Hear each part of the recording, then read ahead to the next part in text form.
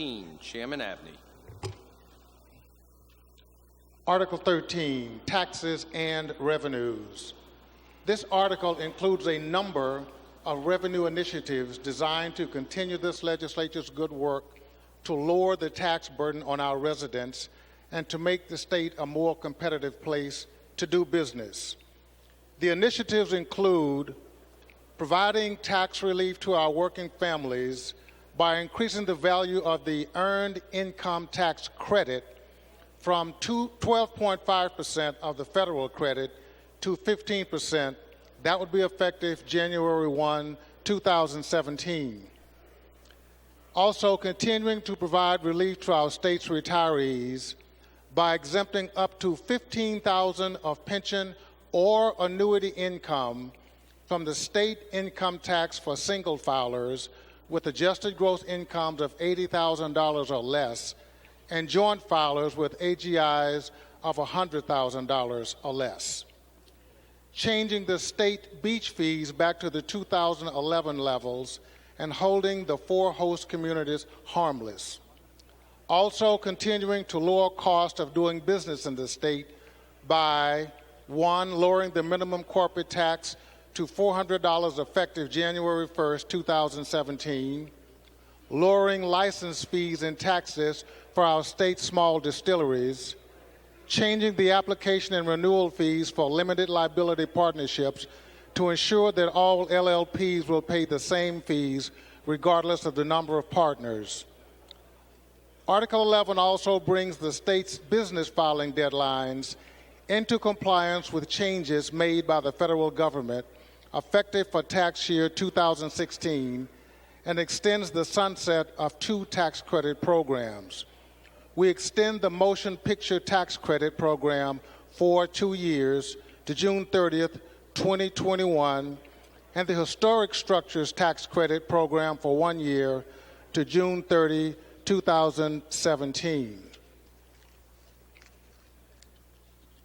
This article ensures the motor fuel use proceeds go to the Intermodal Surface Transportation Fund, sets the annual hospital license fee at 5.652%, and confirms that ride-sharing companies like Uber and Lyft function like taxi services, needs a sales tax permit, and have to collect sales tax from their customers just like taxi services. At the appropriate time, I have a technical amendment that provides clarifying language for Section 1, 8, and 9. Chairman Abney moves passage. That is seconded by Representative Norton, Representative Marshall, Representative O'Brien, Representative McEntee, Chairman Craven, Representative Canario, Chairwoman Ruggiero, Representative Hearn, Representative Maldonado, Representative Fogarty, Representative Amori, Representative Phillips, Representative Messier, Representative Morin, Chairman McNamara, Representative Diaz, Whip Edwards, Representative Casey, Chairman Keeble, Representative Johnston, Representative Keeble, Representative Coughlin, Representative Tabone, Representative Barros, Chairman Malik, Representative Tanzi, and Representative Almeida. Proceed with your amendment, Chairman. Thank you. The amendment number is LC 004-597-11, and it's the technical to provide clarifying languages for the sections I mentioned with motor fuel taxes, clarification on gallonage, and reimbursement for beach fees. Chairman Abney moves amendment LC 004597/11. /13, Mr. Speaker.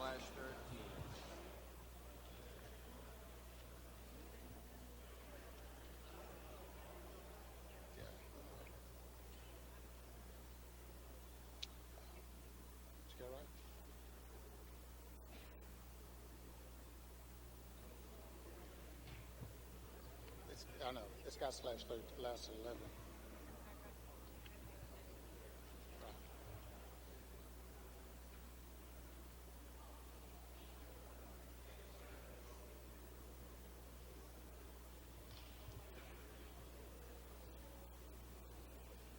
Chairman Abney moves Amendment LC 004597/13. That is seconded by Representative Barrows.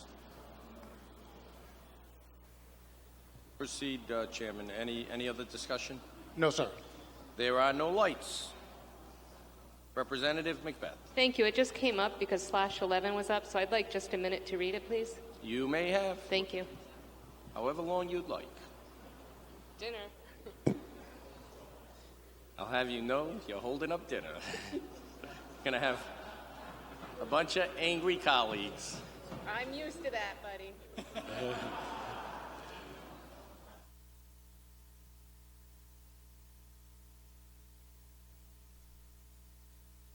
While we're waiting, Chairman McNamara. Thank you, Mr. Speaker. Mr. Speaker, I'd just like to thank you and Chairman Abney for specifically the reduction in beach fees. I know I had constituents that mentioned it, and that's great, as well as the $15,000 for the retirees. And a neighbor who does tax preparation. Oh, What? yeah, well, we're waiting for your delegation to read the amendment, so I'm killing time with the... Hold on. So, Wait, hold on, Chairman. Hold on, Chairman. We have a point of order.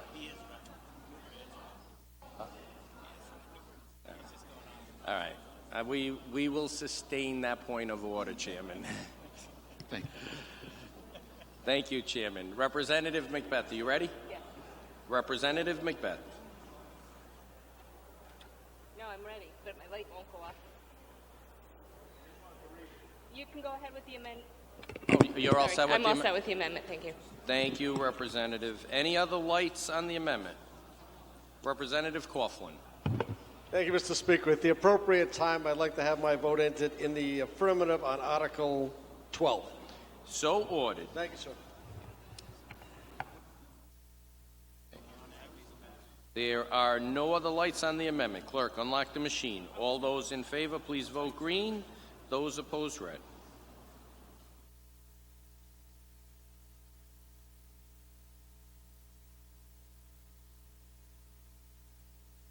Has every representative in their seat voted? Clerk, lock the machine. 71 in favor, 1 opposed. The amendment prevails. Back on Article 13. Representative Morgan. Thank you, Speaker. This article deals with adjustments we can make to take taxes off of the backs of our constituents. So I am proposing an amendment, which is LC 004597/9.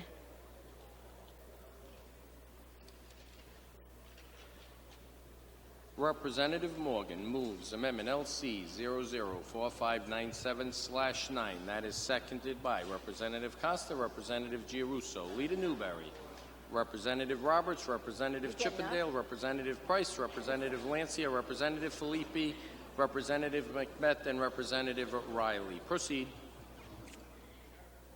Thank you, Speaker. I'm presenting this on behalf of the entire Republican caucus, and it is a phase out of the car tax. As you all remember, in 2008, when our country faced a significant recession, we allowed municipalities to add the car tax back to their tax rolls. We seek over the next 7 years to phase it out in its entirety, and this is the first installment. We will be using $37 million of funding, that is subsidies, legislative grants, and some brand new staffing positions in government to fund the $37 million. This year, we will raise the car tax exemption from $500 to $1,500, which will give welcome relief to our constituents, to everyone who owns a car. 2 years ago, we raised all of the DMV fees for license renewal, registration renewal, and inspections 300%. It fell very hard on many of the people in Rhode Island. This will help them with that extra expense, but it will also help them keep more money in their wallet. And when people have money, they spend it here in Rhode Island, in our stores and our restaurants, to take their family to the movies or to get a round of golf. They use it here in Rhode Island, and it stays in Rhode Island. And it has the impact of increasing our economic activity.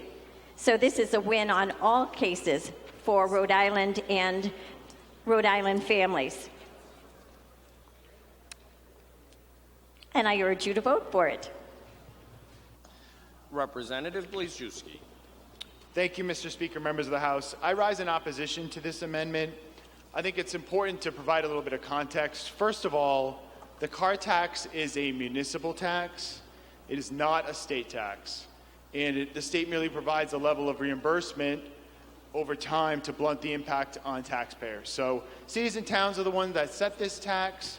It's a city and town tax, not a state tax. But secondly, this amendment is not sound fiscal policy for several reasons. First of all, it creates a structural imbalance in the deficit in the budget, not only this year, but in future years. At the end of the schedule set out in this amendment, it would cost in excess of $130 million to fund the proposal here, and there's no plan for doing it whatsoever. So it creates a structural deficit. And secondly, it creates a deficit in this year. The amount that's being scooped from various sources just doesn't cover the amount of the car tax relief in the amendment. And that third, and this we don't even need to get into this unless we'd like to, but it scoops from a lot of programs that are good for the state. I mean, we're trying to increase our tax base through economic development tools that we passed last year, and this amendment scoops those tools as well as impacts our hospitals, the clean diesel program, and other programs. For that reason, I urge the House to defeat this amendment. Thank you, Mr. Speaker. Leader Newberry.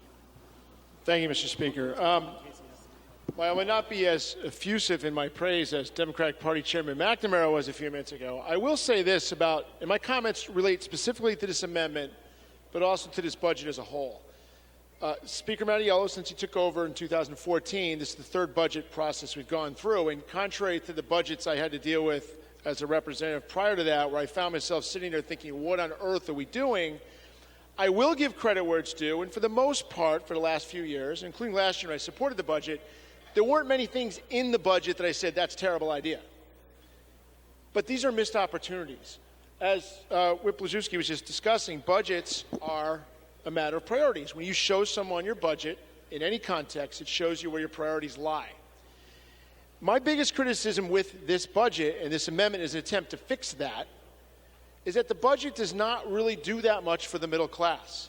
Yes, we talk about beach fee reductions, but judging a $9 billion budget on beach fee reductions is akin to judging a steakhouse meal by the quality of the after-dinner mint, okay?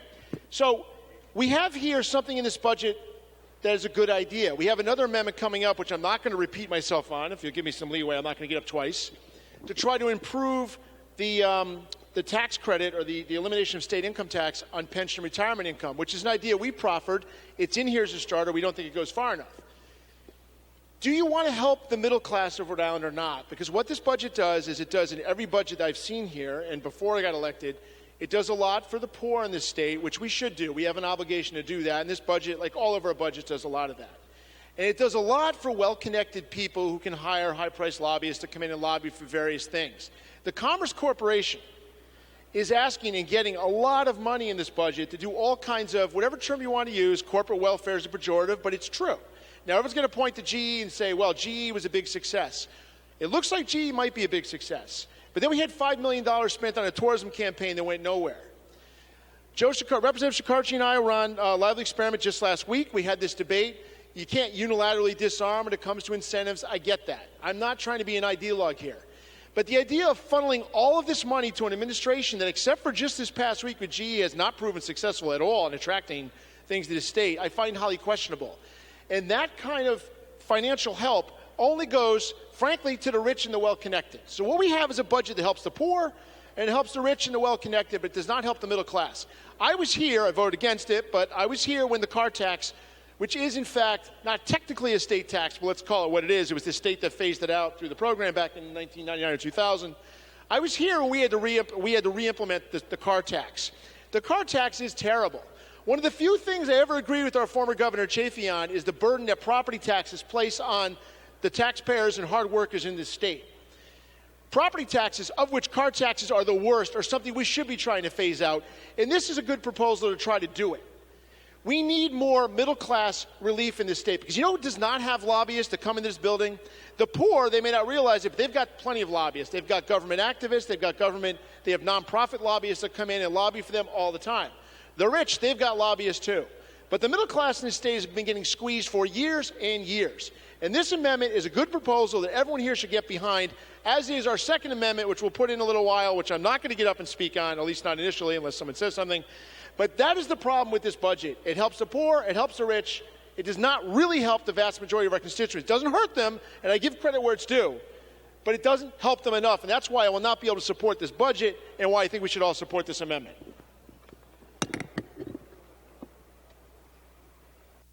Representative Giarrusso.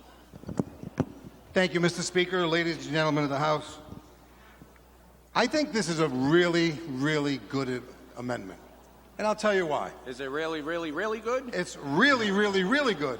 But it doesn't do anything for the town that I live in, because the town that I live in already has a threshold that blows this thing right out of the water. I'm just very fortunate that East Greenwich still has a $6,000 exemption.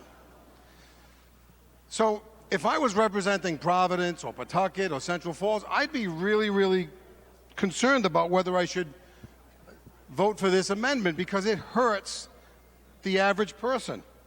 You know, there are cars that are blowing blue smoke down the road, and people are paying high property tax on it. They probably couldn't sell that car for $300, but somebody at DMV has it valued at maybe $1,200.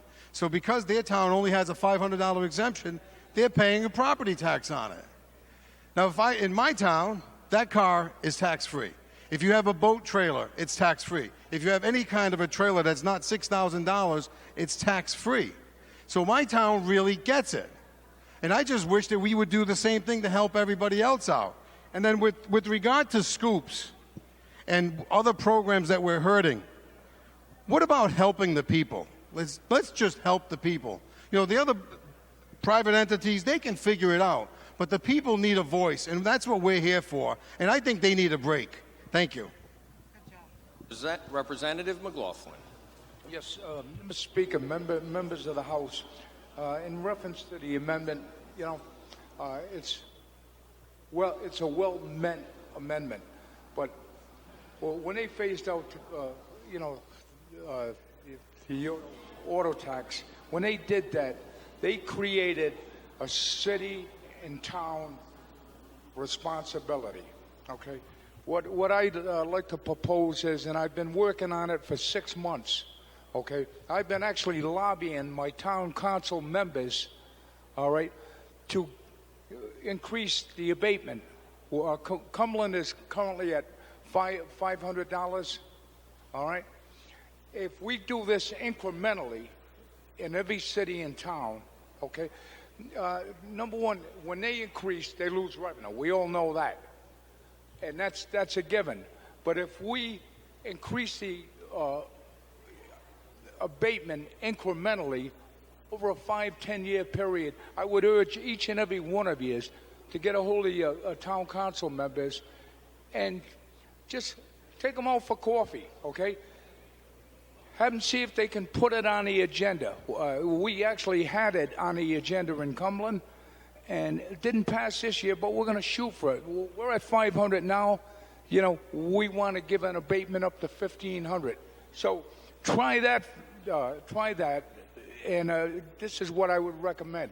It is now a city and town issue. Thank you. Representative Filippi. Thank you, Mr. Speaker. Corporate welfare and a centrally planned economy versus middle class tax relief. Choose wisely. Succinct. Representative Blazejewski.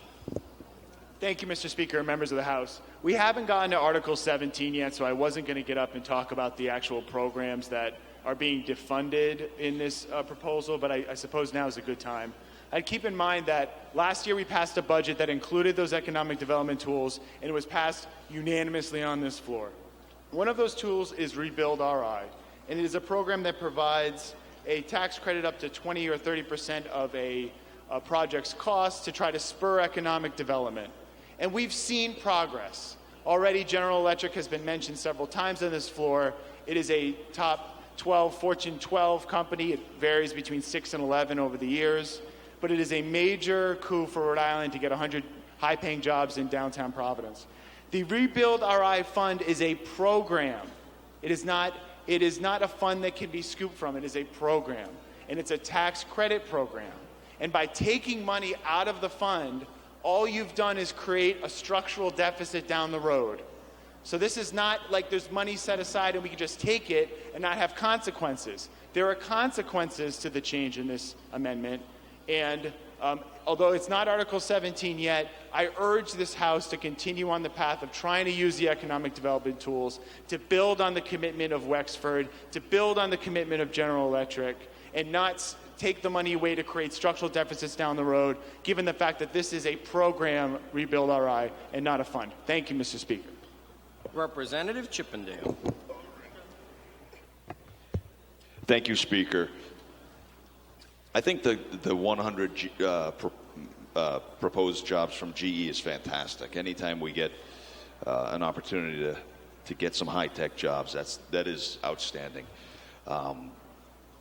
However, we're paying them to come here, or incentivizing them to come here, so to speak. If we made Rhode Island more attractive by making her residents more able to live more comfortably within Rhode Island, it would become more attractive to businesses. We wouldn't have to We wouldn't have to incentivize them to come here by paying them millions of dollars. Rather, our environment would be so inviting because we have a vibrant middle class. The people who are consumers, the people who are the workers, the people who are the middle managers. But yet we're not. Corporate welfare, again. We should not have to pay companies to come here. We should make this a better state so that they want to come here. And this amendment does exactly that. And it's a very simple yes or no question. Thank you.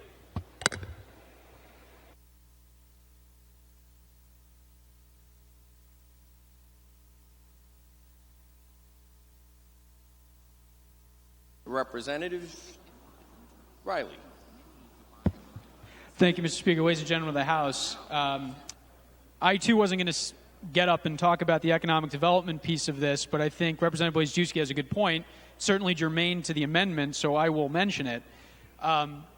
First and foremost, let me just say that I don't want anyone to be under the illusion that if you don't pass this amendment, the structural budget deficit's eliminated, because that's not going to happen. We have one no matter what. This amendment is simply a reflection of our priorities and what we told our constituents years ago we were going to do.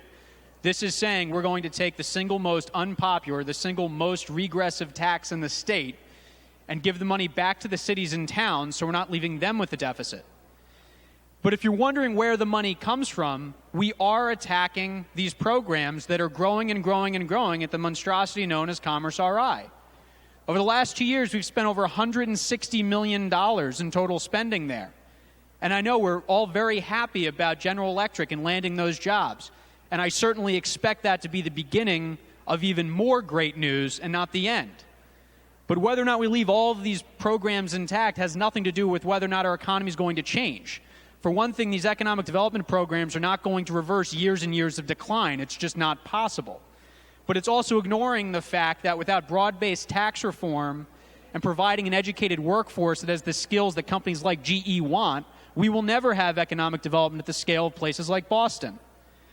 So take a look at where the money comes from and realize that this is a very solid value proposition for your constituents, for your cities and towns.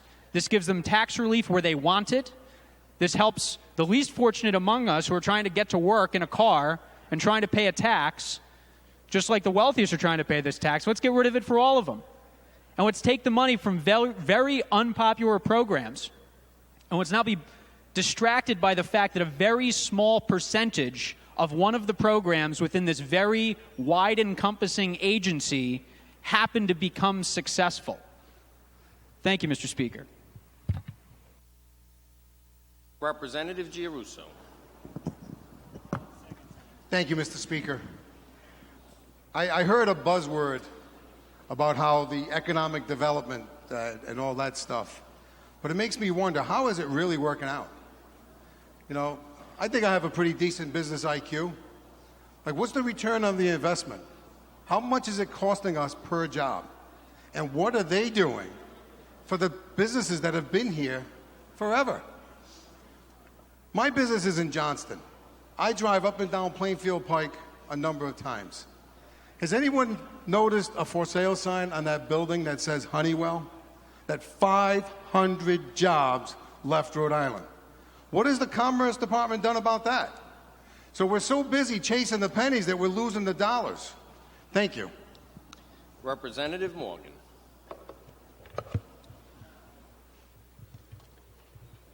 Rhode Island has the 6th highest property tax rate in the country.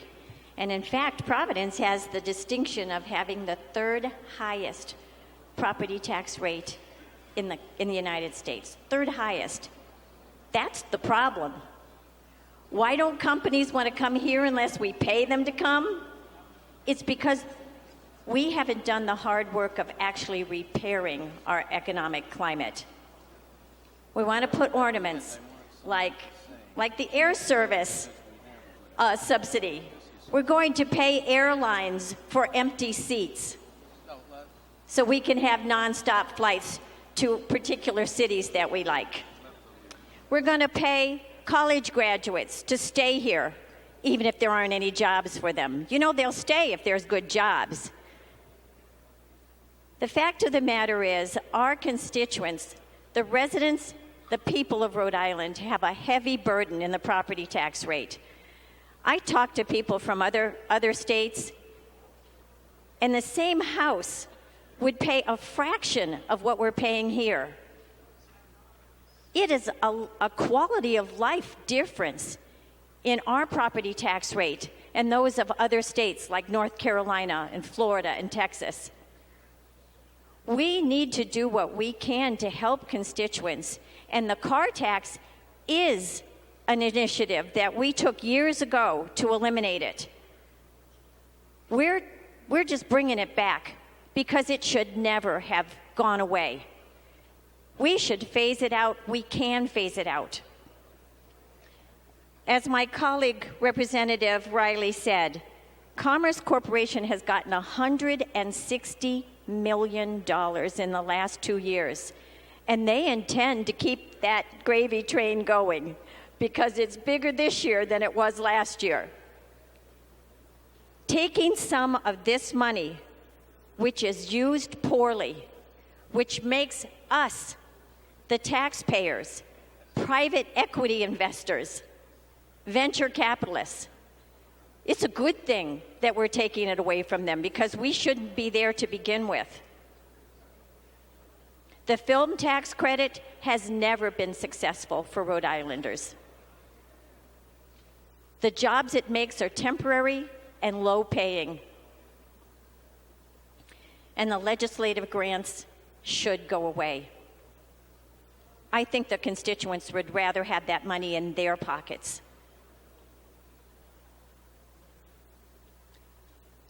This sets the state on the path that we never should have abandoned, and that is to eliminate the car tax. This is the first down payment. I urge you to vote for it because you will be voting for the average families in your district who could use a bit of a break. Thank you. Representative Ruggiero. Chairwoman Ruggiero. Thank you, Mr. Speaker. Ladies and gentlemen of the House, I do agree with Whip Blazejewski. This is a local municipal tax, but my colleagues have been talking a lot about the state incentivizing GE to be here, and that's what states do to lure companies And I have to say, one of the reasons, if you don't know, why GE left Connecticut is because for the past 6 years, Connecticut has been raising their taxes because of their unfunded pension.